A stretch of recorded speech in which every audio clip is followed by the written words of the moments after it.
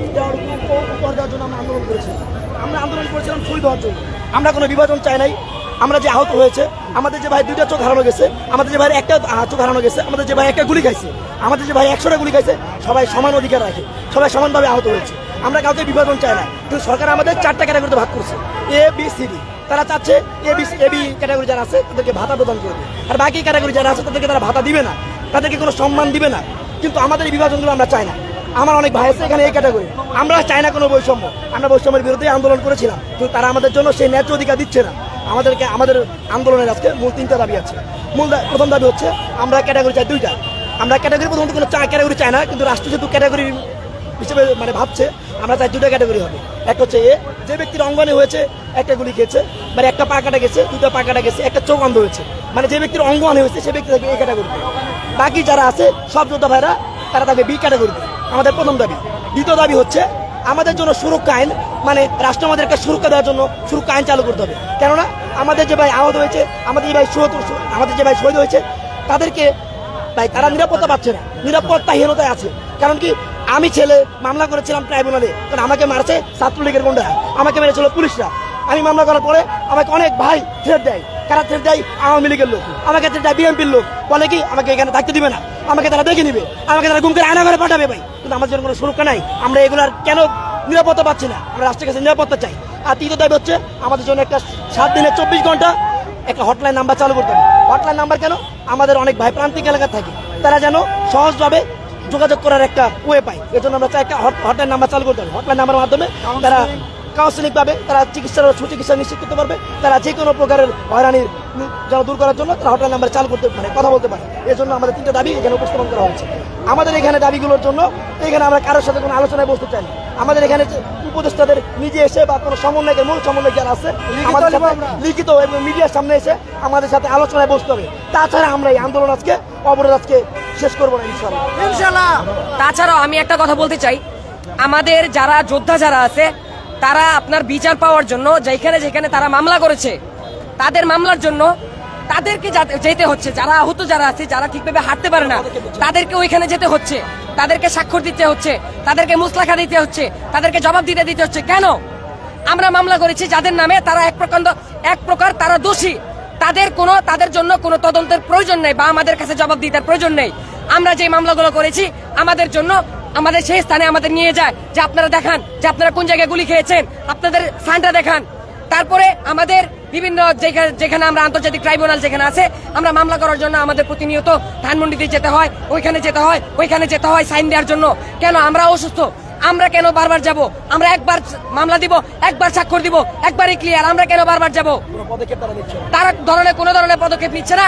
একবার ফোন দিচ্ছে, ট্রাইব্যুনালে ডাক দিচ্ছে, এরপরে 1 মাস 2 মাস 3 মাস তাদের কোনো খোঁজ খবর নাই, তারা কোনো ফোন দেয় না, তারা মামলার জন্য কোনো কিছু করে না। এটা কেন? এটা এক প্রকার আমাদের জীবনের জন্য অনিশ্চয়তার মধ্যে একটা পড়ে গেছি।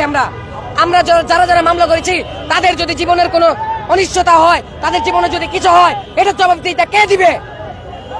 আমাদের আইন উপদেষ্টা দিবে? আমাদের সরকার দিবে? বা আমাদের বাংলাদেশের কোনো মানুষ দিবে?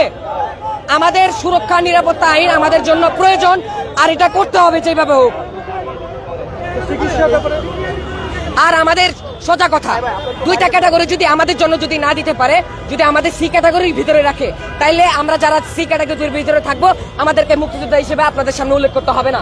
সরকারের কাছে আমাদের একটাই কথা, যদি 2টা দাবি হয় তাইলে আমাদেরকে মুক্তিযোদ্ধা হিসেবে বলবে। আর যদি 3টা দাবি হয়, তাহলে আমরা যারা সি ক্যাটাগরির ভিতরে আছি তাদেরকে আমরা বাদ দিয়ে দেন। তা আমরা মুক্তিযোদ্ধা হিসেবে আমরা নিজেদেরকে দাবি করবো না, আমরা এটার ভিতরে থাকবো না। কিন্তু এটা ঠিক নির্বাচনের আগে বা জনগণের ভিতরে বৈষম্যবিরোধী ছাত্র আন্দোলনের জন্য বা অন্তর্বর্তীকালীন সরকারের জন্য কোনো সাপোর্টের বা কোনো জনের জন্য রাজপথে যদি আসতে হয়, তাহলে আমরা রাজপথে আসবো না, এটা বলে দিলাম। আপনারা যে সি ক্যাটাগরির দাবি করছেন, দেওয়া হয়েছে অভিযোগ করছেন, আসলে সি ক্যাটাগরি পেয়ে লাভ কি আর না পেলে ক্ষতি? সি ক্যাটাগরি যারা আছে তারা বলতেছে যে তারা এক প্রকার সুস্থ, তাদের জন্য কোনো আর্থিক সহায়তা বা কোনো কিছুর প্রয়োজন নাই। কারণ কি জন্য? তারা কাজ করে খেতে পারবে।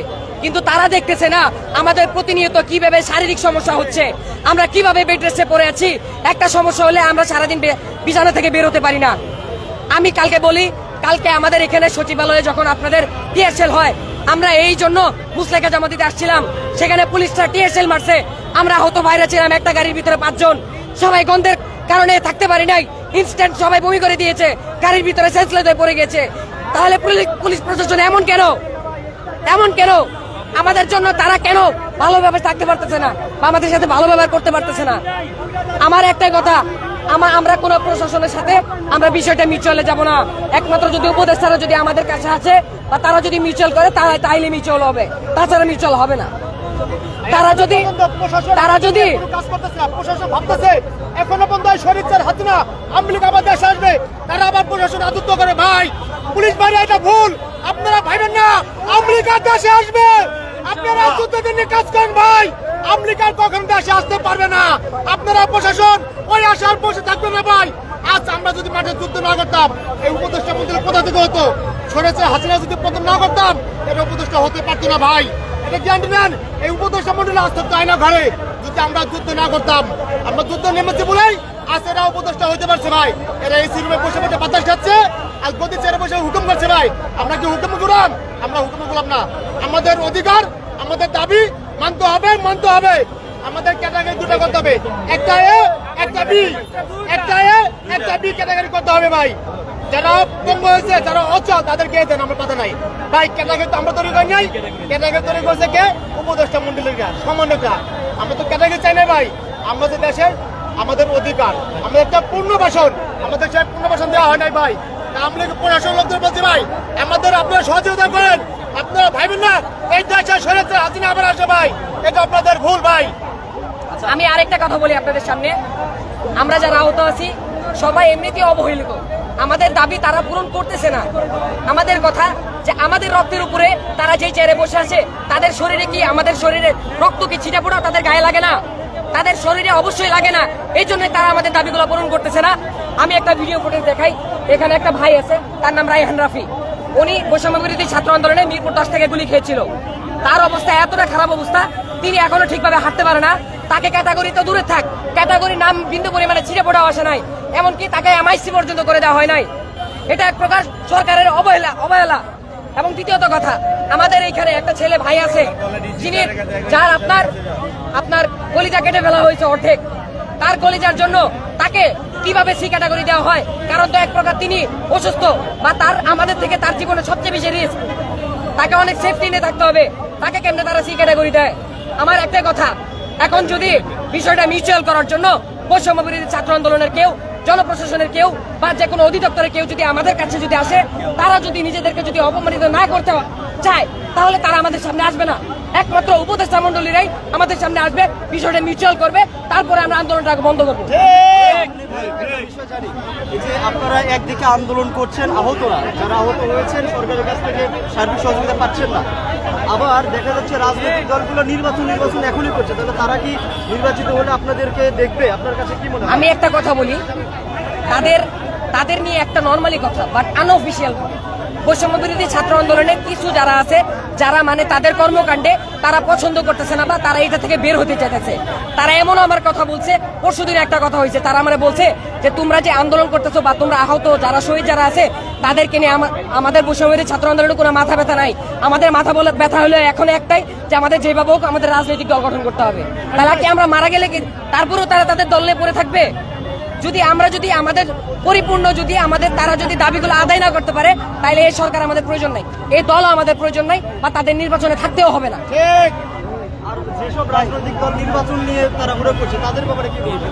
আর যারা নির্বাচন নিয়ে চিন্তা ভাবনা করতেছে বা যারা জোর জবরদস্তি করতেছে সরকারকে, মানে এক প্রকার জোর চাপ দিতেছে, তাদেরকে একটা কথা বলি যে আপনারা দেখতেছেন যে না, যেখানে দেশের পরিস্থিতি খারাপ, মানুষ ঠিকভাবে চলতে পারতেছে না, খেতে পারতেছে না, থাকতে পারতেছে না, ঘুমাতে পারতেছে না, যেখানে আহত ভাইরা এখনো কষ্টে আছে, এখনো রাজপথে নেমে আছে, আপনারা এই অবস্থায় তাদের রক্তের উপরে পাড়া দিয়ে আপনারা কিভাবে নির্বাচন চান?